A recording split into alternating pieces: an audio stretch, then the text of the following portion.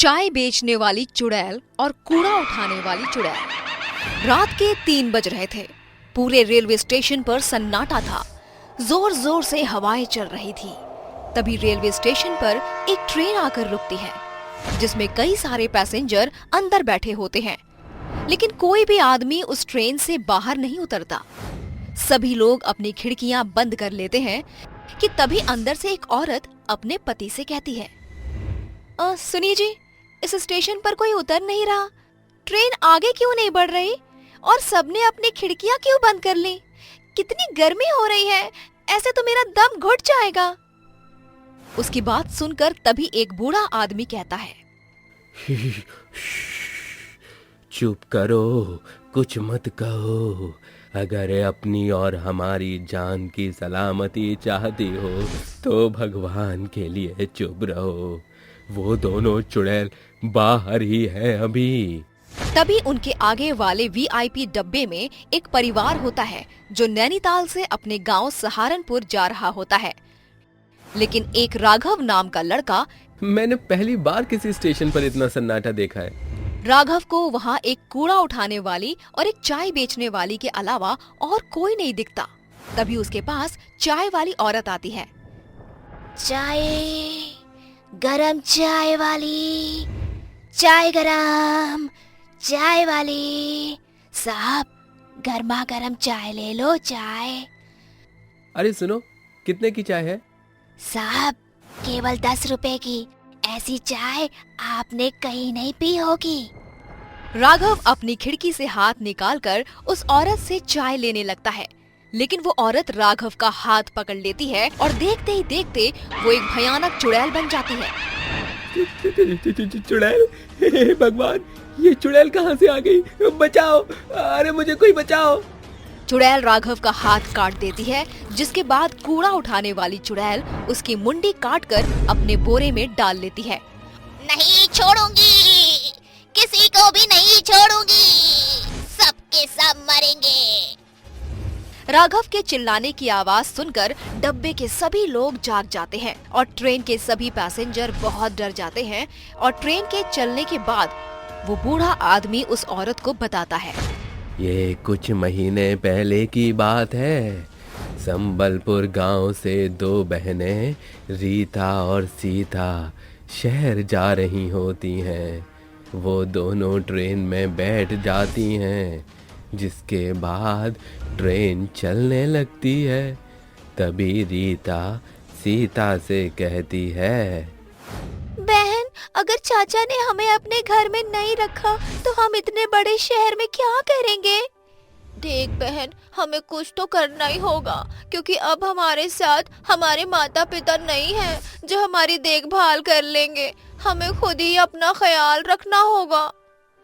उस स्टेशन पर एक कूड़ा उठाने वाला था और एक चाय बेचने वाला।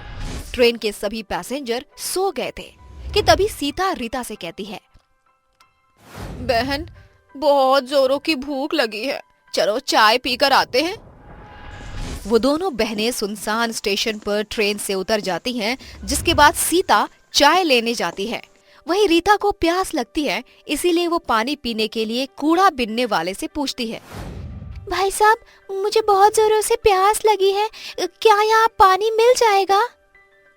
कूड़ा बिनने वाला उसे बहुत ध्यान से देखता है, जिसके बाद वो उससे कहता है, उस कमरे में पीने के पानी की टोंटी लगी है, जाओ पी लो। रीता पानी पीने के लिए उस कमरे की तरफ जाने लगती है कि तभी वो कूड़ा बिनने वाला उसके पीछे पीछे आता है और कमरे का दरवाजा लगा देता है। अरे भाई साहब, ये तुम क्या कर रहे हो? दरवाजा खोलो, मुझे बाहर जाने दो। ऐसे कैसे जाने दूं? पहले वो काम तो कर दूं जिसके मुझे पैसे मिले। क्या चाहते हो तुम? साफ साफ बोलो। रीता बहुत डर जाती है। इतने में वो आदमी एक खंजर निकालता है और उसके दोनों हाथ और उसकी मुंडी काट देता है। रीता वहीं मर जाती है। उसे मारने के बाद वो आदमी चाय वाले के पास जाता है। जब सीता कूड़े बिनने वाले के हाथ में खून से लथपथ खंजर देखती है तो वो डर जाती है, लेकिन तभी पीछे से चाय वाला उसका मुंह दबाकर उसे वहीं ले जाता है जहां उसने उसकी बहन रीता को मारा था।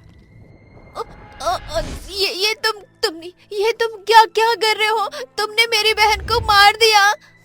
सीता कुछ कहती इससे पहले उस आदमी ने उसके दोनों हाथ और उसकी मुंडी काट दी। उस दिन दोनों बहनें मर जाती हैं। उनकी मौत क्यों हुई आज तक इस बात का पता नहीं चला। सरकार ने भी उन दोनों बहनों की मौत का पता नहीं लगाया, लेकिन उस दिन के बाद वो दोनों बहनें भयानक चुड़ैल बन गईं, जिसके बाद वो रेलवे स्टेशन से उतरने वाले हर एक पैसेंजर के हाथ और उनकी मुंडी काट देती हैं। लेकिन अगर ऐसे ही रहा तो वो दोनों चुड़ैल तो कई लोगों को मार देंगी। हाँ बिटिया, मैं जानता हूँ, इसीलिए मैं संबलपुर गांव से शहर जा रहा हूँ, जहाँ वे दोनों बहनें जा रही थीं। शायद वहाँ जाकर मुझे उन दोनों बहनों की मुक्ति का कोई रास्ता मिल जाए।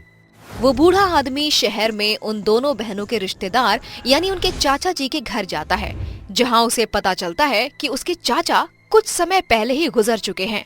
तभी रीता सीता की चाची उर्मिला उस बूढ़े आदमी से कहती हैं, बाबा, मैं ज्यादा कुछ नहीं जानती, लेकिन अपने पति को हमेशा किसी बात को लेकर परेशान देखा करती थी और मरते समय उनकी जेब से ये एड्रेस मिला था मुझे, शायद आपके किसी काम आ जाए। वो बूढ़ा आदमी उस एड्रेस पर पहुंच जाता है, जहां उसे एक बहुत ही जाने माने तांत्रिक बाबा मिलते हैं, जो उस बूढ़े आदमी से कहते हैं, उन दोनों बहनों की मौत उनके चाचा नत्थू लाल ने करवाई थी। वो चाहते थे कि उनके मरने के बाद गांव की सारी जमीन वो हड़प ले, लेकिन उन दोनों बहनों की मौत के बाद वो दोनों चुड़ैल बन गईं और नत्थूलाल को रेलवे स्टेशन की कहानी पता चली तो उसे डर के मारे हार्ट अटैक आ गया। बाबा, मेरी मदद करो उन दोनों बहनों को मुक्ति दिलाने में। उन्हें मुक्ति नहीं मिली तो वो ऐसे ही सबको मारती रहेंगी। वो बूढ़ा आदमी तांत्रिक बाबा को रेलवे स्टेशन लेकर जाता है और जैसे ही रात के 3 बजते हैं, वो दोनों चुड़ैल सामने आती हैं और जोर जोर से हंसने लगती हैं। चले जाओ यहाँ से, ये रेलवे स्टेशन मेरा है, मैं सबको मार दूंगी। हम तो तुम्हें केवल यहाँ तुम्हारी मौत का कारण बताने आए थे। क्या? हमारी मौत का कारण? तांत्रिक उन दोनों को उनकी मौत का कारण बताता है, जिसे सुनकर वो दोनों रोने लगती हैं। तभी तांत्रिक बाबा उसके चाचा नाथूलाल की आत्मा को बुलाते हैं और इसके बाद नाथूलाल गिड़गिड़ाते हुए दोनों चुड़ैलों से माफी मांगता है। बिटिया, हमका माफ कर दो, हमसे बहुत बड़ी गलती हो गई।